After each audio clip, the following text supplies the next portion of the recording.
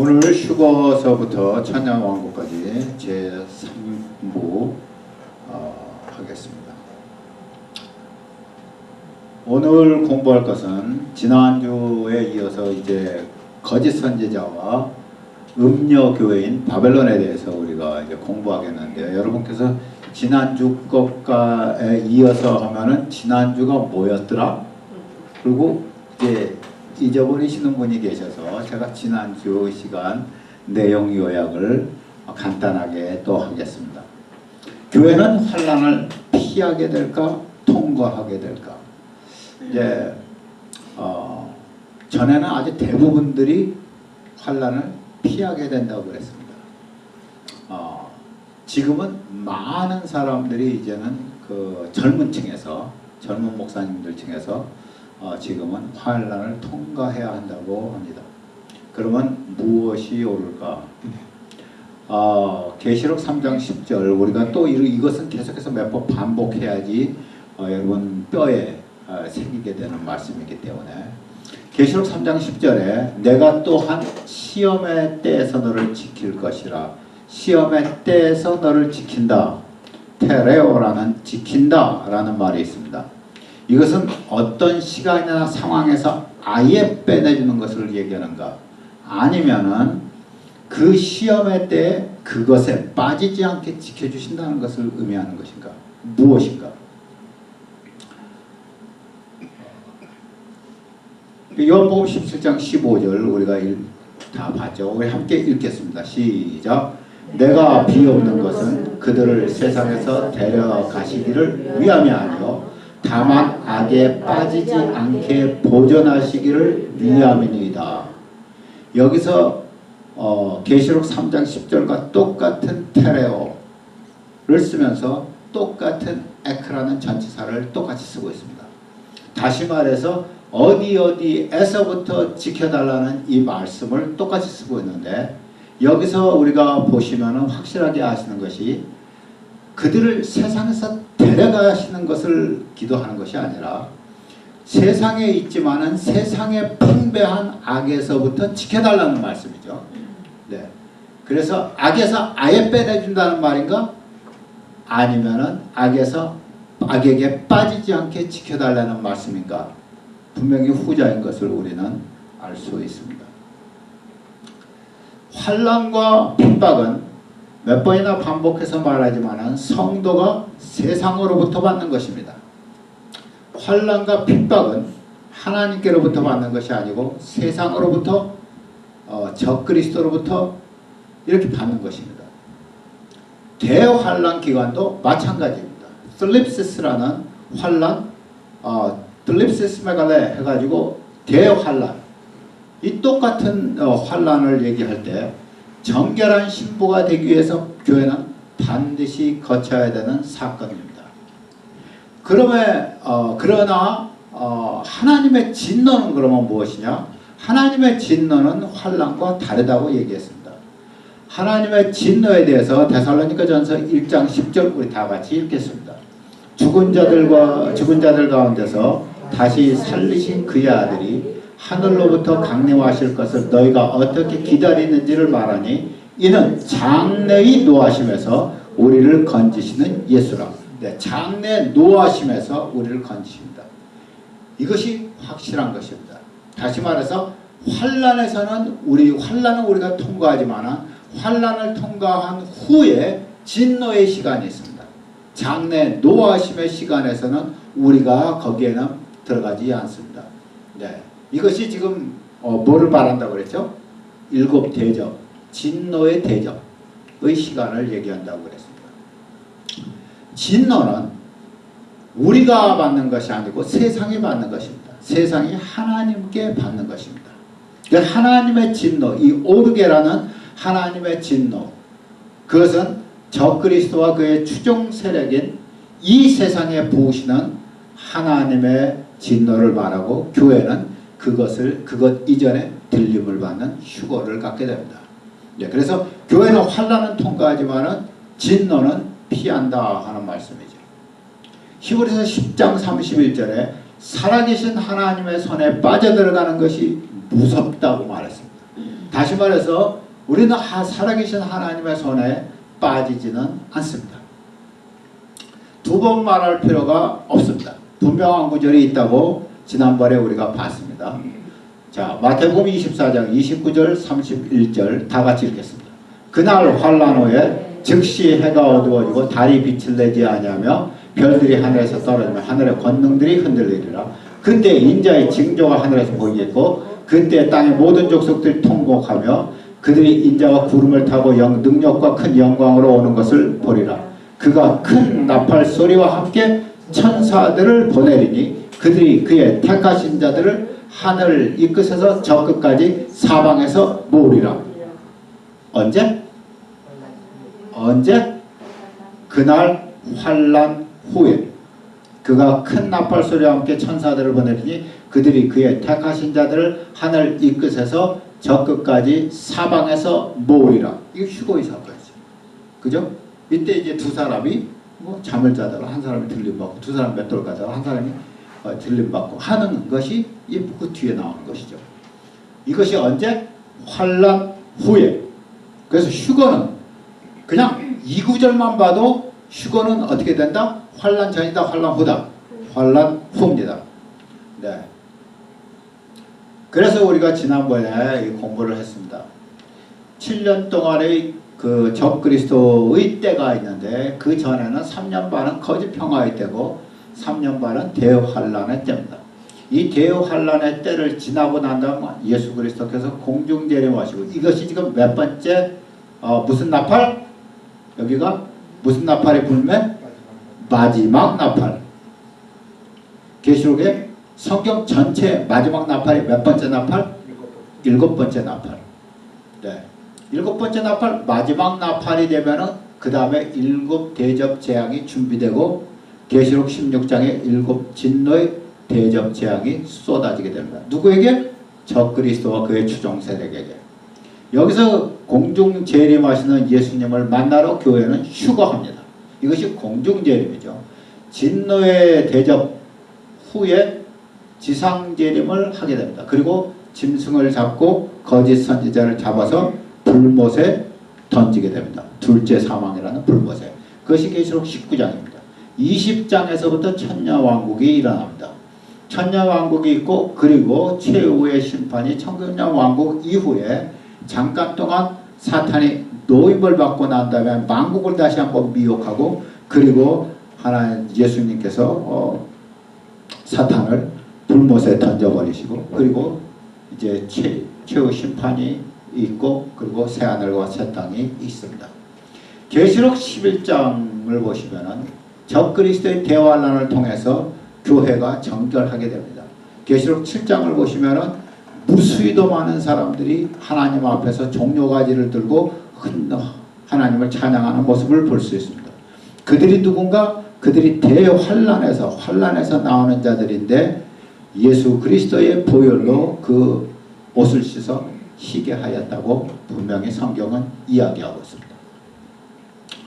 자, 고린도전서 15장에는 부활이 어떻게 일어난지를 얘기합니다. 자, 시작. 그러나 각각 자기 차례대로 되리니 먼저는 첫 열매이신 그리스도요 다음에는 그리스도 강림하실 때 그에게 붙은 자요 그 후에는 나중이니 저가 모든 정사와 모든 권세와 능력을 멸하시고 나라를 아버지 하나님께 바칠더라. 저가 모든 원수를 그 발 아래 쓸 때까지 물갑을 왕노릇하시리니 맨 나중에 멸망받을 원수는 사망이다. 자, 부활이 세 번 크게 나눠집니다. 첫 번째 부활은 예수 그리스도십니다. 첫 열매이신 예수 그리스도. 두 번째는 그가 오실 때 그에게 붙은 자입니다. 세 번째는 마지막 그가 아버지께 모든 나라와 정사와 권세와 능력을 다 아버지께 바칠 때입니다. 그리고 난 다음에는 맨 마지막에 무엇이 멸망받는가? 사망이 멸망받습니다. 네, 그럼 다시 한번 이제 보시겠습니다. 욥기 14장 12절에는 사람이 누우면 다시 일어나지 못하고 언제까지? 하늘이 없어지기까지. 하늘이 언제 없어져요? 새하늘과 새 땅이 오기 전에 하늘이 없어지죠. 오죠. 그죠? 새하늘과 새 땅이 언제 오는데? 계시록 21장에 옵니다. 네. 그러면은 하늘이 없어질 때까지 눈을 뜨지 못하고 잠을 자지 못하니라. 사람들이 부활, 제일 마지막 최후 심판 부활이 언제라고요? 계시록 20장입니다. 그때 모든 사람들이 다 죽은 자들이 부활해서 심판을 받게 됩니다. 다시 한번 예수 그리스도께서 오실 때 예수님의 부활이 첫 번째요. 예수 그리스도께서 오실 때 그의 강림하실 때 그에게 붙은 자들이요 교회의 휴거를 얘기하는데 이때 강림할 때 그때 부활하는 자들을 얘기합니다. 그리고 난 다음에는 누군가 그리고 난 다음에는 이제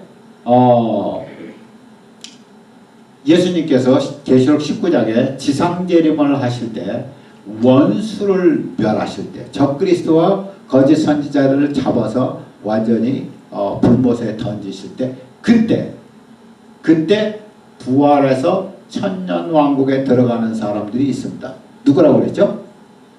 누구라고 그랬죠? 유대인들 중에서 구원받은 사람들이라고 했습니다. 네, 그분들이 이제 들어가게 되죠. 또 그분들만 하고 또 누가 적그리스도의 시대 때 그에게 그 우상에 절하지 않고 그 표를 받지 않고 순교한 자들이 일어난다고 그랬습니다. 이때 예수님께서 왕노릇하십니다. 네, 그리고 난 다음에 아까 욥기 14장에 하늘이 없어질 때까지 누운 자들이 눈을 뜨지 못하고 깨지 못한다 하는 그 하늘이 없어질 때 다시 말해서 최후 심판이 올 때 사람들이 이제 잠에서 깨서 부활해서 심판에 이릅니다. 네.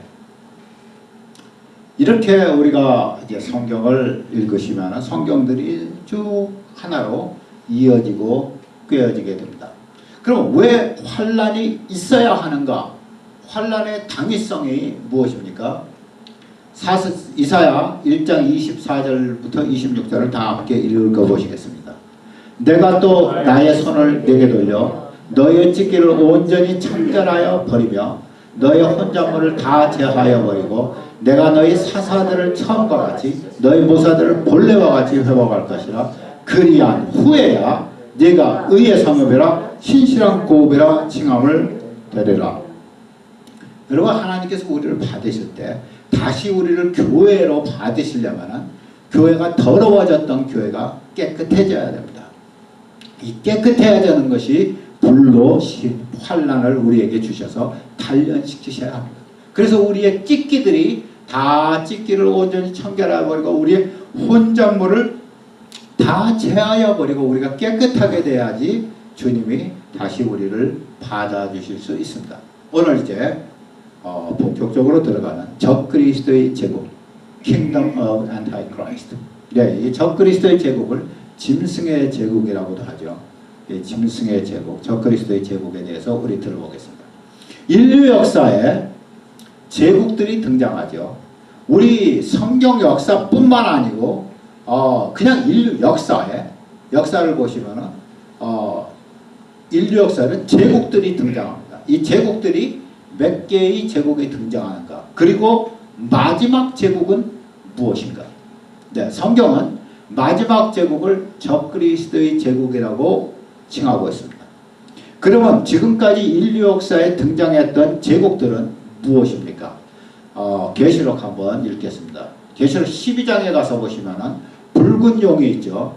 여러분 계시록 12장 사건 잘 아시죠?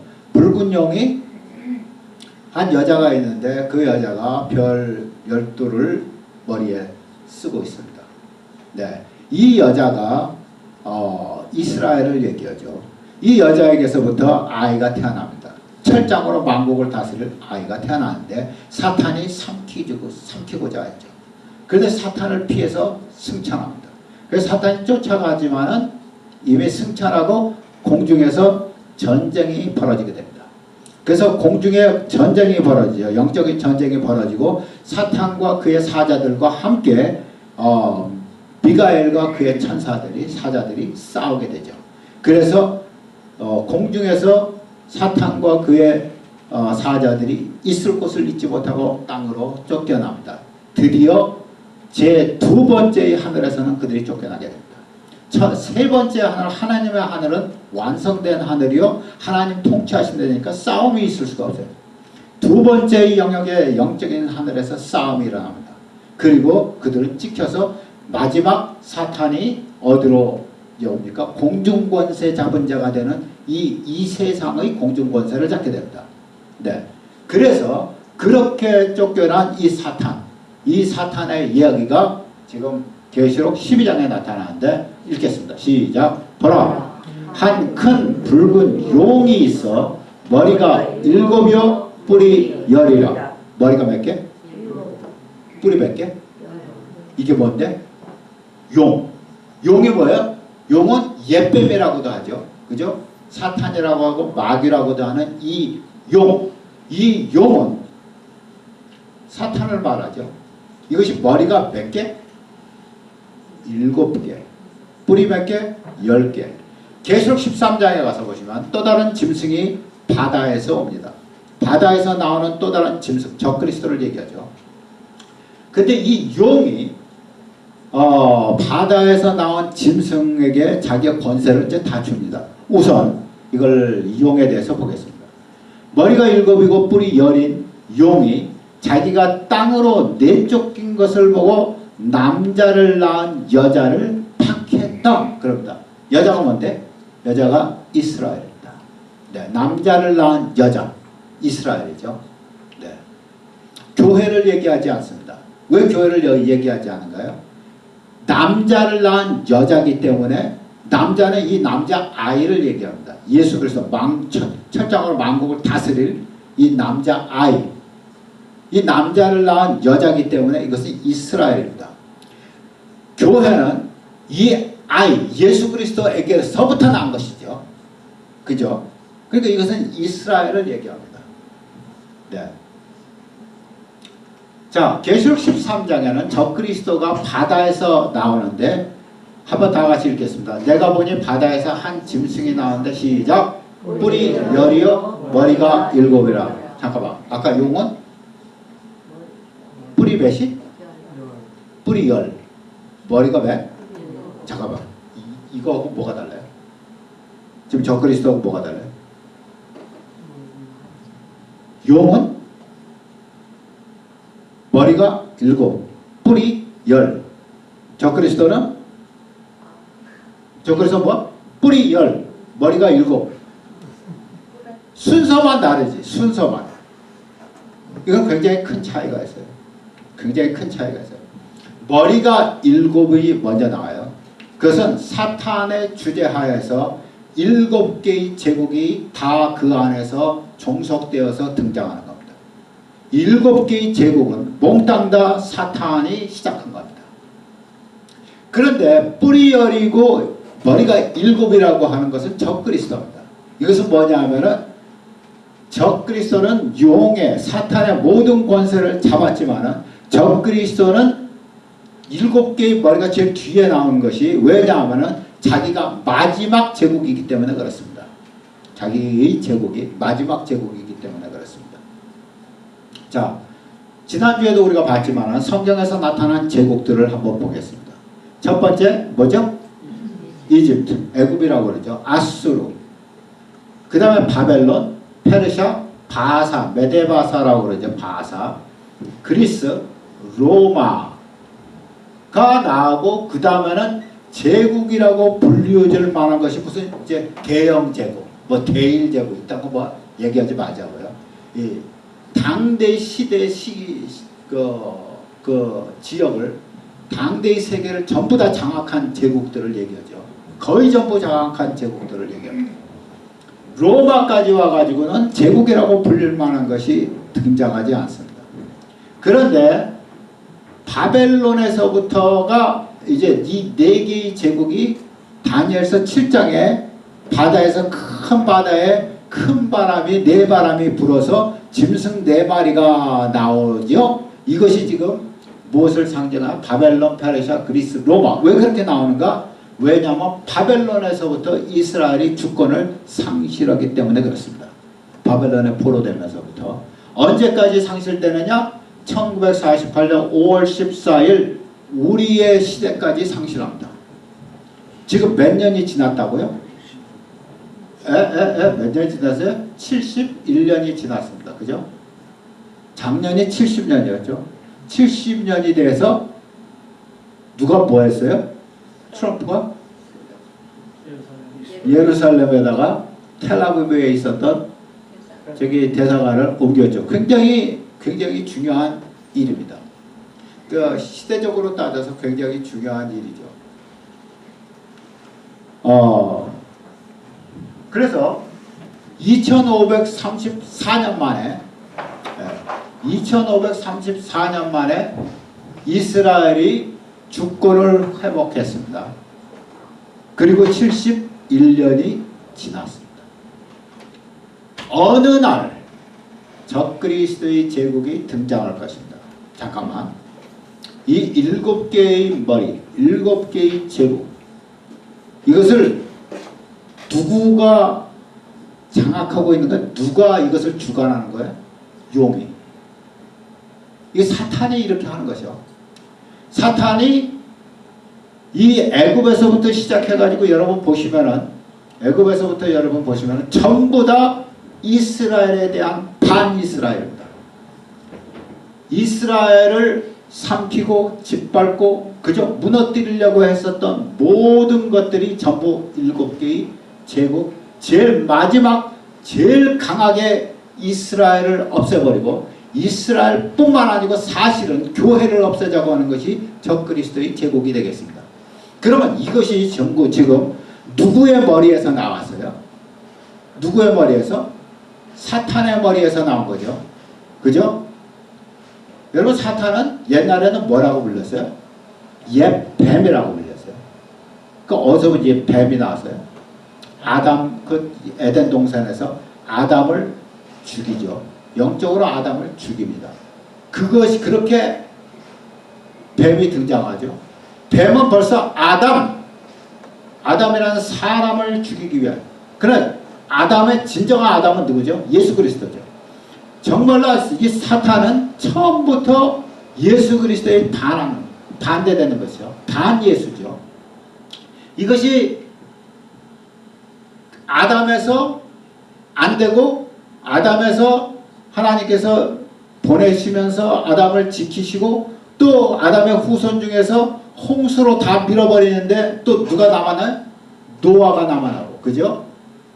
노아가 남고, 그리고 이렇게 계속해서 지나가면서 하나님께서 이 셈족을 잡고 아브라함을 건지고, 그리고 난 다음에 야곱을 통해서 이스라엘 국가를 이제 형성하기 시작하고, 그리고 난 다음에 모세를 등장시키고, 모세와 이스라엘 백성을 죽이려고 하는 바로의 계계를 주님께서 또 보호하시고, 거기서 보호하시고, 계속해서 이렇게 하나님께서 지키시는데, 이집트와 아수르와 바벨론과 페르시아와 그리스와 로마를 통해 가지고 이스라엘을 어떻게 해서든지 박해하고, 그리고 로마를 통해서 교회가 등장하니까 교회를 어떻게 해서든지 박해하고 죽여버리려고 했던 이 사탄의 머리가 지금 얘네가 이스라엘의 주권을 상실한 지 2534년 만에, 말이 돼요? 말이 안 되는 이 2534년 만에 주권을 회복하는 이때 용의 분노가 어떻게 했어요?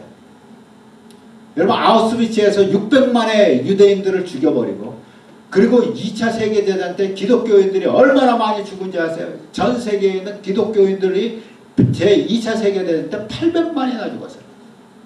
어마어마한 사람들이 죽었어요. 이렇게 많은 숫자들이 이렇게 죽어가면서 사탄의 밥이 되는 이러한 사탄의 흉흉한 그러한 계획 속에서 이스라엘이 드디어 주권을 회복을 해버린 거예요. 그러니까 사탄이 마지막 공격, 완전히 자기 힘을 몽땅 다해서 이스라엘과 그리고 저기 교회를 박멸하기 위한 반이스라엘, 반유대주의, 반성경주의, 이런 것들이 이제 급격히 이 세상에 부상하게 됩니다. 오늘날 왜 교회가 이렇게 힘을 잃어가느냐? 당연해요.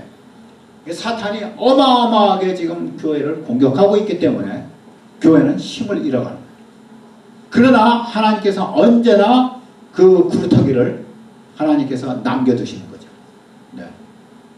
자, 아담에서 살아남아서 노아 이 홍수로 없애버리려고 하니까 노아로 인해서 살아남고 바벨탑으로 인해서 다 흩어버리니까 셈이 등장합니다. 그리고 우상숭배로 다 없애버리려니까 아브라함이 우상숭배를 반대하고 등장합니다. 그리고 열방이 나오기 시작하고 각국이 이제 등장하기 시작할 때 브니엘의 야곱이 이스라엘로 바뀝니다. 브니엘에서 하나님과 씨름하다가 이스라엘로 바뀌는, 그러면서 민족이 형성되기 시작하는 이스라엘입니다. 아무리 죽여도 하나님의 사람들이 남아서 이어져 갑니다.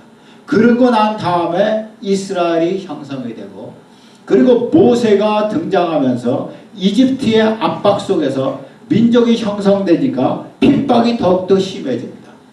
여기서 이집트와 아수르와 바벨론과 페르시아, 그리스, 로마, 이것이 계속해서 아수르는 사마리아를 함락시키고, 그리고 바벨론은 예루살렘을 함락시켜서 결국은 이스라엘의 주권을 상실하게 됩니다. 그리고 페르시아와 그리스와 로마가 이스라엘의 포로기를 거쳐가면서 1948년 5월 14일 마침내 주권이 회복됩니다. 그러나 이 이스라엘과 그리고 교회, 하나님의 자손들을, 하나님의 자녀들을 없이 하자고 했던 이 사탄의 계계가 마침내 짐승의 제국으로 되어서 지금은 이제는 정치와 전쟁과 종교와 경제를 한꺼번에 묶어서 누구를 탄압하느냐? 짐승, 이 적그리스도의 제국이, 이 적그리스도가 왕이 돼가지고 통치하는 인류 역사 마지막 제국, 짐승의 제국이 누구를 압박하게 되냐? 교회와 이스라엘을 압박하게 된다. 네. 어떻게 압박하느냐? 이제 이것이 오늘의 공부가 되겠습니다. 어떻게 압박하느냐? 거짓 선지자가 드디어 등장합니다. 한번 보실까요? 험악하게 했는데 누가 그림을 그렸는지 아주 험악하게 그렸어요. 잘 그렸어요. 사실은 땅에서 올라오는 짐승, 계시록 13장에 나옵니다. 첫 번째 짐승은 어디서 올라온다고? 바다에서 올라옵니다. 그것은 적그리스도입니다. 두 번째 짐승이 올라오는데 땅에서 올라옵니다. 네. 이 땅에서 올라오는 이 짐승은 뭐같이 생겼나? 양같이 생겼습니다. 그런데 두 뿔이 있습니다. 이게 뭐 이렇게 작은지 조금 더 큰지는 잘 모르겠지만 자기가 두 뿔이 있습니다. 그리고 뭐같이 말해요? 용같이 말합니다. 네, 양, 두 뿔, 용을 기억하세요. 계시록 13장 11절 14절 다 같이 읽겠습니다. 시작. 내가 봄에 또 다른 짐승이 땅에서 올라오니 어린 양같이 두 뿔이 있고 용처럼 말을 하더라. 그가 먼저 나온 짐승, 바다의 짐승, 먼저 나온 짐승의 모든 권세를 그 앞에서 행하고 땅과 땅에 사는 자들을 처음 짐승에게 경배하게 하니 곧 죽게 되었던 상처가 나은 자니라. 큰 이적을 행하되 심지어 사람들 앞에서 불이 하늘로부터 땅에 내려오게 하고 짐승 앞에서 받은 바 이적을 행함으로 땅에 거하는 자들을 미혹하며 땅에 거하는 자들에게 이르기를 칼에 상하였다가 살아난 짐승을 위하여 우상을 만들라 하였더라. 자, 그러면은 이 두 번째 짐승 거짓 선지자예요. 이 거짓 선지자가 어린 양 같습니다. 두 뿔이 있습니다. 용처럼 말합니다. 우리가 어린 양이라고 얘기할 때 탁 들어오는 그 이미지가 뭐예요? 어린 양은? 예수님 같으죠. 그러면 어린 양이라는 것은 여러분 어린 양을 보면은 어린 양을 딱 보면서 여러분이 무엇을 느껴요? 어린 양. 정말 어린 양. 예수님 같은 어린 양이라고 하면 여러분 뭘 느끼겠어요? 네? 순하다. 순하다. 네. 순하다 할 수 있죠. 이게 그러니까 뭐 겸손하기도 하고 그러니까 뭐 순하기도 하고 깨끗하기도 하고 뭐 그러겠다. 가장 중요한 것은 나를 해할 수 없다는 거예요. 나를 해할 수 없다. 전혀 나를 해할 수 없는 것 같아요. 용은 어떻게 돼요? 용은 얼마든지 나를 해야 합니다. 그러면 겉은 나를 해할 수 없는 것 같이, 나를 해하지 않을 것 같이, 우리 교회를 건드리지 않을 것 같이 하죠. 그러나 실상은 우리 교회를 완전히 박해하고 죽이려고 하는 자들, 멸망시키려는 자들. 두 뿔이 있죠. 이 두 뿔은 제가 옛날에는 이거 연구할 때 제가 계시록을 연구한 지 지금 한 40년, 35년 이렇게 돼요. 계시록을 연구한 지 그렇게 됩니다. 그때는 제가 이게 이 개신교와 천주교의 두 뿔인가 그랬었어요. 근데 지금 와서 보니까 그건 아니에요. 뭐 같아요? 기독교와 다른 종교들. 기독교와 다른 종교. 이 두 개를 통합합니다. 예. 오늘 우리가 이 통합운동을 잘 보게 되죠. 조금 이따 우리 계속 보겠습니다. 근데 이 친구가 이게 큰 이적을 행해요. 심지어 불이 하늘에서부터 땅에 내려오게 합니다. 누가 이랬어요? 엘리야가 그랬죠. 네. 엘리야가 갈멜산에서 그랬습니다. 우상에게 생기를 불어넣어서 여기 보시면 여기다 안 나와요. 네. 저가 권세를 받아 그 짐승의 우상에게 생기를 주어 그 짐승의 우상으로 말하게 하였다 그랬어요. 여러분 짐승의 우상을 만들었어요. 근데 능력을 받아서 짐승의 우상에게 생기를 불어넣어줍니다. 와, 누구 같아요? 생기를 불어넣어? 누구 같아요? 에스겔 같지. 에스겔의 마른 뼈 같지. 죽어있는 에스겔의 마른 뼈 같지. 생기를 불어넣는데 그래서 말 못하는 우상이 말하게 돼요. 여러분 우상의 데피니션이 뭐예요? 우상의 정의가 뭐예요? 우상이란 뭐예요? 여러분 우상 저기 부처 우상 무슨 석가모니 우상들 많잖아요. 우상 앞에 가면은 절하는 게 아니고 우상은 내가 말해야 말을 들어요 못 들어요? 귀가 있어도 듣지 못하고 눈이 있어도 보지 못하고 입이 있어도 말하지 못하고 손이 있어도 만지지 못하고 발이 있어도 걷지 못하고 이것이 우상의 정의예요. 우상은 죽은 거기 때문에 우상은 살아있지를 못하는 거예요. 보지 못하고 듣지 못하고 말하지 못하고 만지지 못하고 걷지 못하고 이것이 우상이에요. 그런데 우상의 정의를 완전히 뒤집어 버려요. 생기를 불어넣어서 우상에게 뭐 하게 한다? 말하게 한다. 성경에서 나오는 우상의 정의를 뒤집어 버려요. 어마어마한 능력의 이 거짓 선지자죠. 아마 그 성경에서 나오는 모든 선지자들의 그 선지자들 중에서 가장 이적을 크게 행한다 한다면 예수님 빼놓고는 아마 이 적그리스도가 거짓 선지자가 아마 가장 놀라운 이적을 행하는 존재가 아닌가. 하늘에서 불까지 끄집어내고 우상하게 말하게 하고 그 거짓 선지자가 뭘 합니까? 모든 사람으로 오른손이나 이마에 표를 받게 합니다. 표를 만들어 짐승의 표를 만들죠. 이 표는 짐승의 이름이나 그 이름의 수라 666이라 그랬습니다. 자, 그러면 계시록에 처음 나오는 짐승은 적그리스도입니다. 나중에 나오는 짐승은 거짓 선지자예요. 이 거짓 선지자가 적그리스도를 위하여 일을 합니다. 이 적그리스도는 머리가 7이요 뿔이 10이요 용의 형상을 가졌습니다. 그런데 이 거짓 선지자는 어린 양같이 생기고 뿔은 2개를 갖고 용의 언어를 가졌습니다. 다시 말해서 용은 사탄이죠. 사탄은 참남한 언어를 쓰죠. 사탄이 참남한 언어라는 것이 뭐죠? 자기가 하나님이라는 거죠. 그죠? 자기가 하나님이라는 거죠. 네. 그래서 짐승이 자기를 성전에 앉아서 자기를 가리켜 하나님이라 부르는 존재가 이게 짐승 적그리스도, 그죠? 이게 불법의 아들이죠. 멸망의 자식이잖아요. 이것이 적그리스도입니다. 이 적그리스도를 위한 존재, 이것이 적그리스도를 경배하게 하는 존재가, 이것이 지금 누구예요? 거짓 선지자입니다. 네, 어떻게? 이적으로 미혹을 합니다. 우상에게 생기를 줍니다. 우상에게 경배를 시킵니다. 짐승의 표를 강요합니다. 여러분, 우리가 아까 보셨지만은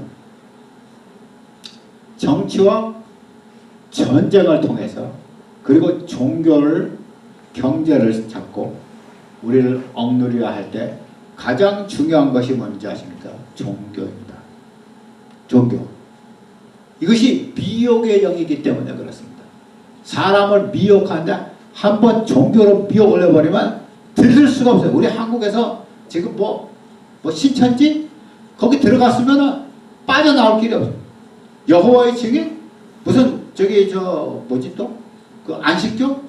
이게 들어가가지고 한번 꽂혔다. 그러면 이게 빠져나오기가 너무너무 힘든 거예요.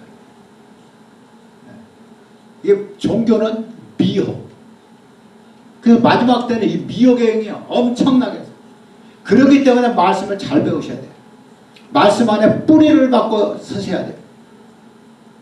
무슨 기적을 일으킨다? 그럼 그 사람들 기적을 얼마나 많이 일으키겠어요? 마지막 때. 큰 기적을 얼마나 일으키겠어요?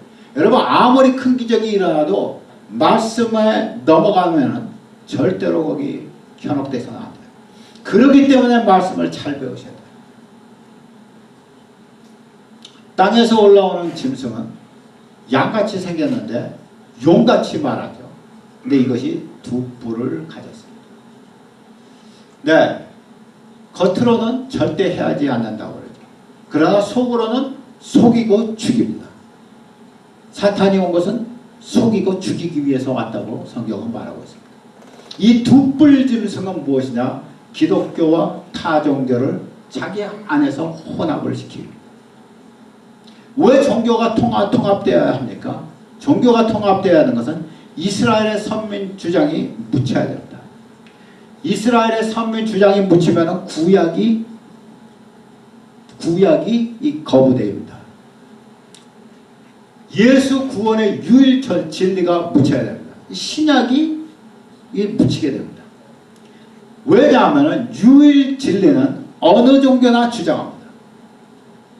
우리가 맞다고 어느 종교나 주장합니다. 모슬렘도 그렇습니다. 유대교도 그렇습니다. 누구든지 그렇습니다. 그렇기 때문에 거기에 합쳐서 기독교, 너네도 마찬가지라. 그렇기 때문에 유일 진리를 보여주지 못하는 주장은 헛되다고 이제 몰아칠 겁니다. 유일 진리는 우리가 유일하다고 말하는 것은 수많은 종교가 그렇죠. 그러나 어느 날 한 사람이 등장할 겁니다. 그리고 그가 제시할 겁니다. 이것이 길이라고 제시하고 그가 어마어마한 자기가 말한 바를 자기가 그것을 드러내서 사역으로 기적으로 이적으로 보여주는 존재가 드러납니다. 이것이 거짓 선지자입니다. 온 세상을 미혹하게 하는, 여러분 이게요. 누가 나한테 나는 그런 거 별로 좋아하지 않는데 누가 나한테 유튜브 동영상을 하나 이렇게 보여줬어요. 유튜브 동영상을 보여줬는데 마술하는 거야. 그때 눈앞에서 정말 눈앞에서 현혹을 하는데 이게 마술이잖아요. 그러니까 다 속임수지. 근데 얼마나 빨리 그걸 하는지, 아니 이게 도대체 믿어지지가 않아. 아니 이렇게 테이블을 이렇게 질질질질 끌고 가는데 몸이 없어. 아니 위 상반신이 없어. 상반신이 없는데 무대에 나와가지고 상반신이 없는 게 테이블을 밀고 가. 몸으로. 도저히 이해가 안 가요. 그런데 마술, 그렇게 눈속이면 하는 마술도 그런데 정말 이적을 정말로 일으키는 존재가 나오면 세상이 얼마나 미혹되겠어요. 유튜브 이 실시간 체크하는 것이 뭐라고 그래 그걸 갖다가 실시간으로 보는 그 수가 몇 억을 그냥 넘어갈 거예요. 예. 유일 진리를 말만 하고 실제로 보여주지 못하는 종교는 묻혀야 된다. 이제는 그런 시대가 아니다.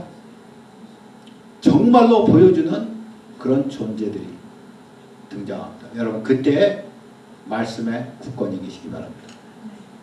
기독교의 색채가 이 세상은 아직도 큽니다만 타종교의 색깔도 많이 보이는 통합되는 그러한 종교가 생깁니다.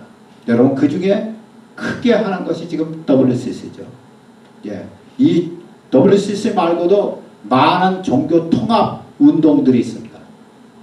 그런데 얼마나 기독교인들이 so-called 이 nominal Christian들, so-called 기독교 지도자들이 얼마나 많은 기독교 지도자들이 거기에 열심인지 모릅니다. 주의하세요. 종교적인 큰 음료 바벨론에 의해서 세계 정치가 영향을 받게 됩니다. 반기독교주의, 반유대주의, 반성경주의. 오바마가 대통령 되고 난 다음에 모슬렘들이 어마어마하게 들어왔습니다. 이 미국에. 그죠?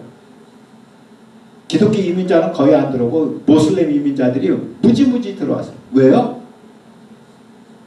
그 바락 후세인이가 바락 후세인이에요.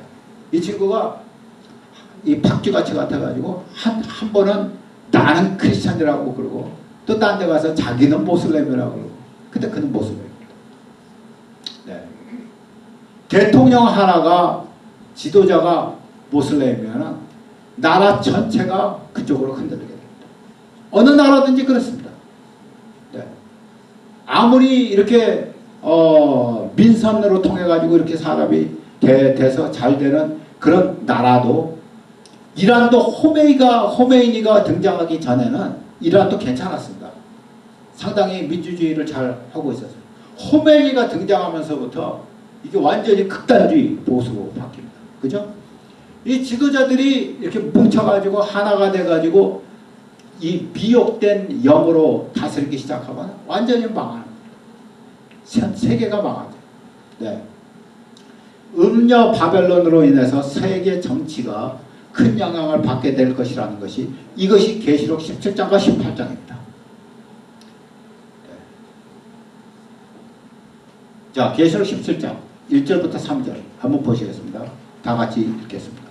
이리로 오라. 많은 무리에 앉은 큰 음녀가 받을 심판을 내게 보이리라. 땅의 임금들도 그와 더불어 음행하였고 땅에 사는 자들도 그 음행의 포도주에 취하였다고 곧 성령으로 나를 데리고 광야로 가니라. 이렇게 한번 미혹되면은 이스라엘 박멸주의가 또 다시 등장합니다. 그저 회당마다 그냥 막 폭격하고 교회마다 이번에 그 스리랑카에서 세 군데 교회 테러 사건이 일어나고 왜 그렇습니까? 사탄의 근본적인 목적은 뭡니까? 예수 그리스도에 관계된 모든 것은 다 쓸어버리자 하는 겁니다. 예수 그리스도가 오신 이스라엘 쓸어버리고 예수 그리스도로 인하여 온 교회 쓸어버리자. 이것이 사탄이 하는 운동입니다. 이것이 땅의 임금들도 그와 더불어 음행하였다. 다시 말해서 그에게 미혹된 겁니다. 음녀 바벨론은 누가 주관하는 건데 거짓 선지자가 주관하는 겁니다. 거짓 선지자의 주도하에서 뭐가 일어납니까? 교회 이 통합운동, 종교 통합운동이라 합니다. 여러분 제가 지난번에도 말씀드렸죠. 제가 1988년에 이 종말론 연구하기 위해서 유럽에 갔었습니다. 잘비랑 유럽 갔었어요. 그래가지고 이제 배낭 메고 유럽 가가지고 제가 그 유럽에 대해서 공부를 좀 했습니다. 그때 유럽 공동체가 막 형성되기 첫 발자국 뛸 때입니다. 그래서 유럽 그 공동체 EU 그때 동전도 안 나왔었어요. 그래서 그 주화 만드는 그 유럽 공동체 주화 장관도 만났어요. 어떻게 하다가 만났어요. 그래가지고 거기 가서 연구한다고 거기 가가지고 유럽에 가서 유럽을 돌았어요. 브러셀도 돌고 다 돌았어요. 다 돌면서 그래가지고 유럽 파라먼트 국회 유럽 국회에 딱 들어가니까 어마어마한 유럽 국회에 저쪽에 한쪽 면에 유럽 그 꼭대기에서부터 밑에까지 파란 그 유럽 그 국기 있잖아요. 유럽 국기가 이렇게 있고 그 다음에 저 반대편에 똑같은 크기의 선장서부터 밑에까지 무슨 사진이 있는지 아세요? 교황의 사진이 있었어요. 그렇게 종교는 정치에 어마어마한 영향을 미칩니다. 마지막 때에 교황이 얼마나 이 적그리스도의 영에 그 움직일까 참 관심사입니다. 15절 보시면 또 천사가 내게 말하되 네가 본 바 음녀가 앉아있는 무릇 뭐예요? 백성과 무리와 열국과 방언들이라. 다시 말해서 이 무리 지금 뭐예요? 세상이란 말이지. 세상. 온 열국이란 말이지. 모든 백성들이란 말이지. 거기에 주관되어 있는 이 음녀 여자는 뭘 말해? 교회를 말하지. 신약에서 여자는 교회를 말해. 그죠? 이 여자가 교회를 말하는 이 여자가 음녀 다시 말해서 이 큰 바벨론 이것이 비옥의 영을 가지고 온 세상을 영향을 주는 거죠. 짐승의 표. 네, 우리가 이거 지난번에 했었습니다. 이런 짐승의 표, 뭐 바코드 맞지 말자. 이거 짐승의 표다. 뭐 1992년에 예수님 공중재림하신다. 뭐 난리가 났죠. 그러나 그날과 그 시는 아무도 모른다고 그랬습니다. 666이라는 바코드 이거 받으면은 이거는 이게 지옥 간다 이거죠. 예, 거기다가 이제 베리칩이 나왔습니다. 베리칩을 이 몸에 심으면 안 된다. 전에는 크레딧 카드도 받으면 안 된다. 크레딧 카드 저기 주머니에 안 갖고 계신 분 손 들어보세요. 크레딧 카드도 안 된다. 지금은 예, 그래서 이런 것이 없으면은 매매를 못 하게 하는 거예요. 돈 갖고는 못 산다. 매매가 안 된다. 그런 거예요. 이제는 바이오 칩이라고 그래요. 베리칩을 또 넘어가서 이제는 또 바이오 칩이 또 나왔어요. 그러니까 하나가 안 되면 또 다른 거, 또 하나가 안 되면 또 다른 거 계속해서 나옵니다, 여러분. 이런 것들이 짐승의 표라고 해요. 제가 지난번에 말씀드렸습니다. 이런 것들이 계속해서 이렇게 되면은 사람들이 이제는 식상해버리고 이제는 아주 타이어해져요. 그래가지고 휴거나 재림에 대해서 마음의 문을 걸어담가. 이게 지금 사탄의 음모입니다. 사탄은 우리가 예수님을 기대하지 않게 하기 위해서, 예수님을 기다리지 못하는 교회를 만들기 위해서 이런 수많은 장난들을 합니다. 수많은 장난이 아니지. 이건 죽이는 거지. 네. 그 노아 때는 안 그랬겠어요? 노아 120년 동안 방주를 짓는데 사람들이 비가 올까? 비가 좀 오면 그런가? 그러다가 아니고. 그런가? 하다가 아니고. 그게 한 해가 지나고 두 해가 지나고 10년이 지나고 20년이 지나고 누가 그 목소리에 귀를 기울이냐 말이야. 우리는 지금 120년 있다가 왔으니까 왔다고 그러지. 그때는 120년이 지나가면서 올 거라고 생각이 돼요? 안 되지. 노아만 비쳤지.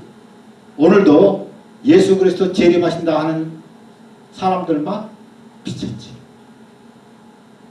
네. 짐승의 표에 대해서 가장 분명한 구절이 계시록 14장 9절에 있다고 지난번에 우리 봤습니다. 다 같이 읽겠습니다. 시작. 만일 누구든지 짐승과 그의 우상에 대해 경배하고 이마에나 손에 표를 받으면 그도 하나님의 진노의 포도주를 마시리니.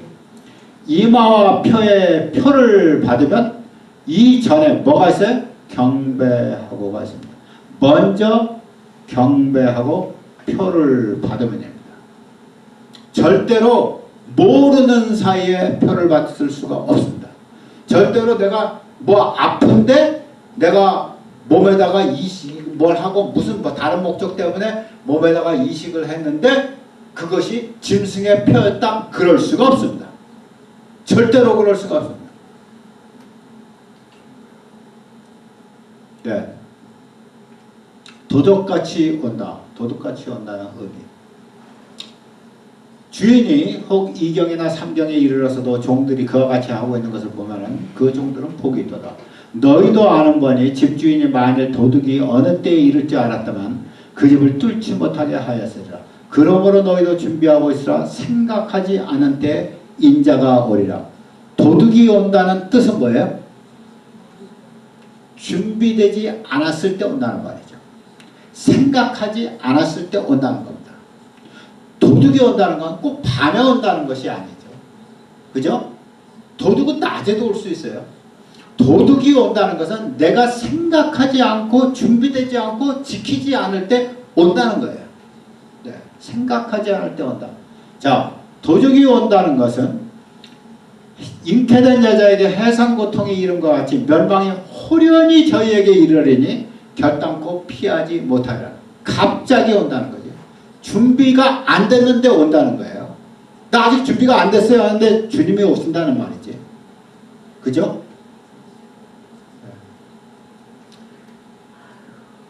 도적같이 그날이 와서 하늘이 큰 소리로 따라가고 체질이 뜨거운 물에 풀어지고 땅과 그 중에 있는 모든 일이 드러나겠어요. 도적같이 와서 내가 도적같이 오리니 누구든지 깨어 자기 옷을 지켜 벌거벗고 다니지 아니하며 자기의 부끄러움을 보이지 아니하는 자는 복이 있도다. 이것이 도적 같다는 것이죠. 근데 성경에 우리는 그날이 너희에게는 도둑같이 임하지 못한다고 그랬어요. 다시 말해서 도둑같이 임하는 것은 세상 사람들에게, 우리에게는 깨어있는 사람에게는 도둑같이 오지 못한다고 그랬어요. 다시 말해서 우리는 예수님 오실 것을 기대하고 있는 지혜로운 다섯 처녀라 이 말이죠. 그죠? 우리는 깨어있다 이 말이죠. 오실 것을 준비하고 기다리고 있다 이거죠. 네. 말씀이라는 기름, 성령의 기름, 말씀 안에서 기름을 계속해서 공급하면서 기다리고 있어야지. 휴거가 있기 전에 있어야 될 네 가지 사건. 아, 이거 시간이 안 되겠다. 네. 휴거 이전에 있을 네 가지 사건은 다음 주에 하겠습니다. 그죠? 네. 네. 힘드시겠어요.